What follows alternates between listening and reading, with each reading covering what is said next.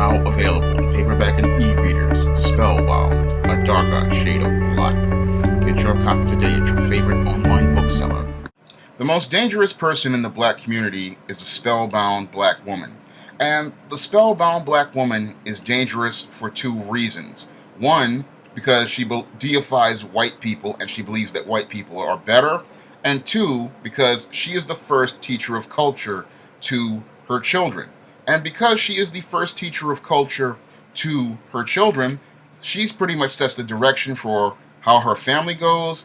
And when there is a large collective of black women, what happens is they set the tone and direction for where the race goes. And when the black woman is spellbound from day one, like the way many black women who came up as part of the feminist movement were in the 1960s and the 1970s, it sets a direction for the race that's pretty much going to set it towards decline. Now, many people would sit there and they would think that the biracial woman who comes from the white father would be the one that would have these issues. However, that's not the case.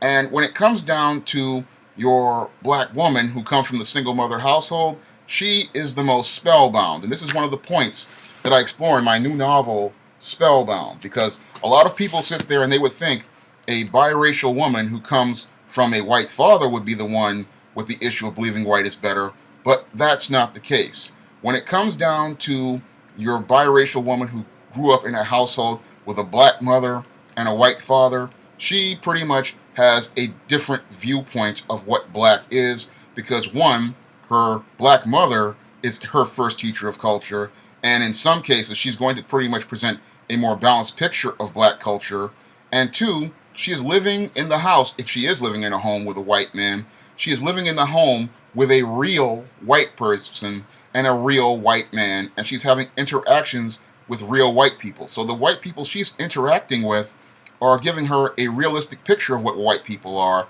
and that's pretty much giving her a more balanced picture of what a white person is. Meanwhile, the black female who grows up in the single mother household will pretty much, she's spellbound because one, her black mother is her first teacher of culture, and her black mother is pretty much giving her ideas about black men that are pretty much negative. So she's pretty much starting out with a foundation of negative perceptions regarding her own men.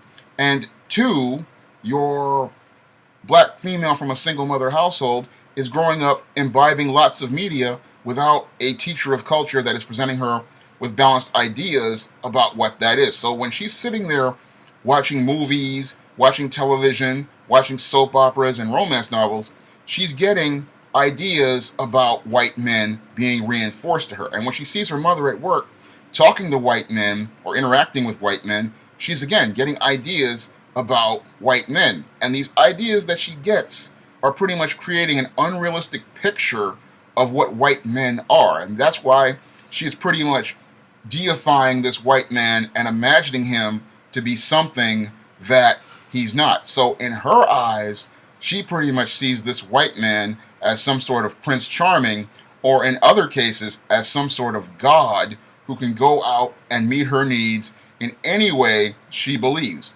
And because this black female is spellbound by the idea that white is better, she pretty much teaches as learning a culture, again, of seeing herself as less than. And this is why your spellbound woman pretty much has low self-esteem regarding her own image and her own sense of self, and she will pretty much degrade her own image and own sense of self to fit in to that white culture, because in her mind the white culture is better, and in order for her to be a black person she has to fit into herself into that white world. And she teaches this culture to her daughters and to her sons, and they're learning pretty much from day one they have to fit themselves into a white world. They have to fit themselves into a white box, and that is the only way they believe they can fit into the world. Not understanding that they have always had the freedom to define black on their terms, and that's the saddest part. Your spellbound Negro woman pretty much believes that black culture has to be one way, and it has to be one way, and everybody has to follow lockstep in the footsteps of that ragdoll dance, entranced by the whole concept that black has to fit into white. And when they see other people, like biracial women who come from white fathers, going in a different direction, this is what upsets them. And this is one of the reasons why they go out of their way to try to silence people who present those different ideas. Because as the teacher of culture, most of your black women want to set a direction for the race. Unfortunately, many of these black women don't understand that the direction that they're taking the race in is setting the race backwards. Because when you make a white person's standard above your own, you are pretty much saying that you are second best.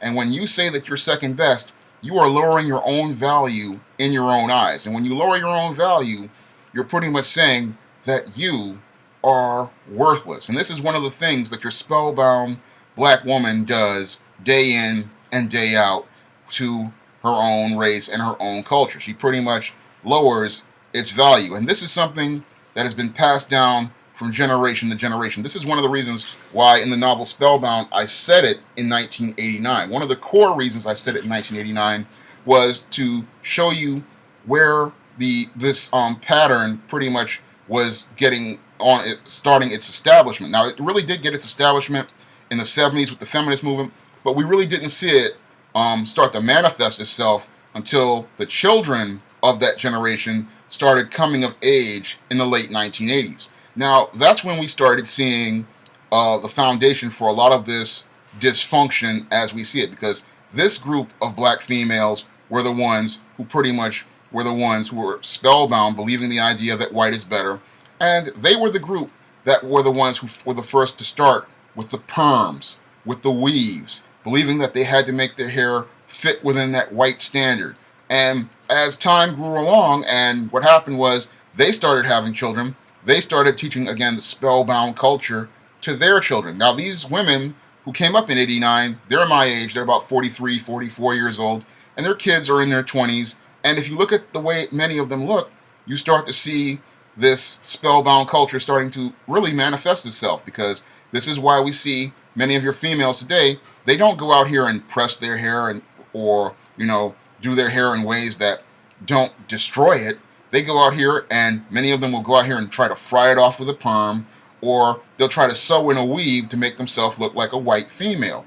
And many more of the third generation of these spellbound females, what they're doing is that they're going out here and they're bleaching their skin, they're putting blonde hair in their heads, and they're making efforts to try to turn themselves into glorified white women, because again, they're spellbound and they're believing that the only way to fit themselves into black is to make themselves a standard that fits into white. And their standard of black is fading more and more, and it's becoming more and more your black female is turning herself into this caricaturized image of a white woman. And that's the most disturbing thing about your spellbound woman. She believes that she is the real black woman. And that's really the most disturbing thing regarding many of these spellbound females. They think that they're being real, but they're turning themselves into caricaturized images of white women. Meanwhile, these same women will get upset at a biracial woman saying that she's not a real woman. But when we look at her culture and the way she was taught, she knows more about her black culture than this Afro-American Negro woman who was pretty much grown up imbibing Madison Avenue and Hollywood ideas about what it is to be a black woman. And the ideas that she has learned, from her mother, her grandmother, have pretty much taken her on a road that have led to her own, decline. And they can't see where they're going. And this is one of the reasons why I wrote Spellbound, so you can start to see, the roots of a lot of this dysfunction, because I show it, in many of the chapters. There's one chapter and there's a scene where I'm showing the Matilda, the biracial character, talking to the black women when she's working at the Kentucky Fried Chicken, where I pretty much lay out the point about how these black women deify white men and their ideas, regarding their own image and their own image of self. And the reason why, that's one of the core reasons why I put that in that scene, because again, a lot of black women think, that it doesn't affect them, but it affects them when you just sit down and listen to them. There's another scene where they're talking about this drug dealer they're elevating, and I also point out how this black woman is spellbound, because They're talking about this drug dealer they want to get with, these two black females that she's working with at the Kentucky Fried Chicken, and and then when they talk about that later on, they start talking about the children they want to have, and they don't want to have a child with the black man. They just want to have his stuff. But when I wrote this later on in the story, they say they want to have a child with a Puerto Rican man, and again, that shows how spellbound many of your black females are. They believe the whole idea again that white is better than black, and they try to make efforts to dilute their own race, and that really sets a bad direction for the race. And this is something, that many African Americans don't want to talk about, and they don't want to discuss because they don't really want to deal with the direction their community is going in. Because when your female is spellbound, she again believes the idea that white is better and that she has to fit black into the white standard. And this is why your black woman, again, is going out here and doing things like started with those perms and then started sewing weaves into her head and then started sewing blonde weaves into her head and bleaching her skin. And as we look at it, her standard of black, she keeps trying to fit it more and more into white, and to the point where we're wondering, is there going to be any black left? And that's a really disturbing thing when you think about it, because if you don't break the spell, and the whole other thing is that it's hard to break the spell off the minds of many of these black women because they still believe the idea, again, that white is better from birth. And it's hard to break that idea because in many of these black women's minds, they don't even want to confront the whole concept of it. They're sitting there, they don't want to deal with it. Some of them don't even know that it's ingrained with them from the social behavior they participate in from day one. And these are the same women who will go out here and attack a biracial woman and call her a sellout, a bedwench, and say she hates herself or she's the worst thing that ever happened, when ironically the worst thing that ever happened was the culture she was taught pretty much taught her to be dysfunctional from day one. You can pick up Spellbound in paperback on Amazon.com and other online booksellers, and it's available on e-readers such as Kindle, Smashwords, and Nook, and the iBookstore right now.